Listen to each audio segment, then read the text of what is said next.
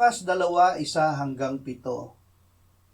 Nang mga araw na iyon ay lumabas ang isang utos mula kay Augusto Cesar upang magpatala ang buong daigdig. Ito ang unang pagtatala na ginawa ng si Quirinio ay gobernador sa Syria.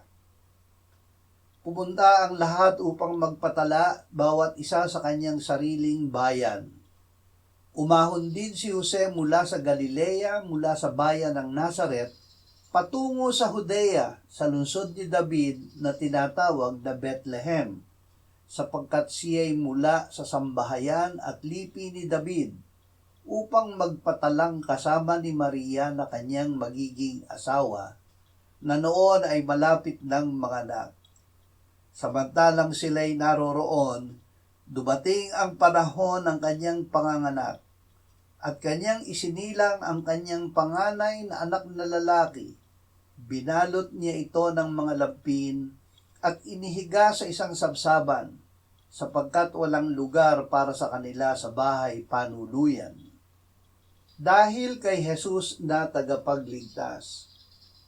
Nang isilang ang Panginoong Jesus ay sinabi ng anghel sa mga pastol, "Huwag kayong matakot sapagkat narito, dala ko sa inyo ang magandang balita ng malaking kagalakan para sa buong bayan. Ipinanganak sa inyo ngayon ang isang tagapagligtas, si Kristo ang Panginoon."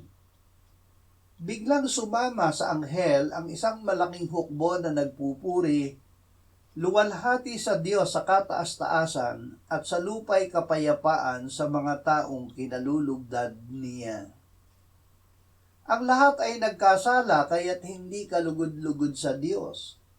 Ngunit alam ng hukbo ng mga anghel na magtatagumpay ang sanggol na isinilang. Gamit ang pananampalataya, niluwalhati nila ang Diyos at ipinahayag na ang mga tao ay kinalulugdan ng Diyos. Ito ay dahil kay Jesus na isinilang bilang tagapagligtas ng sangkatauhan.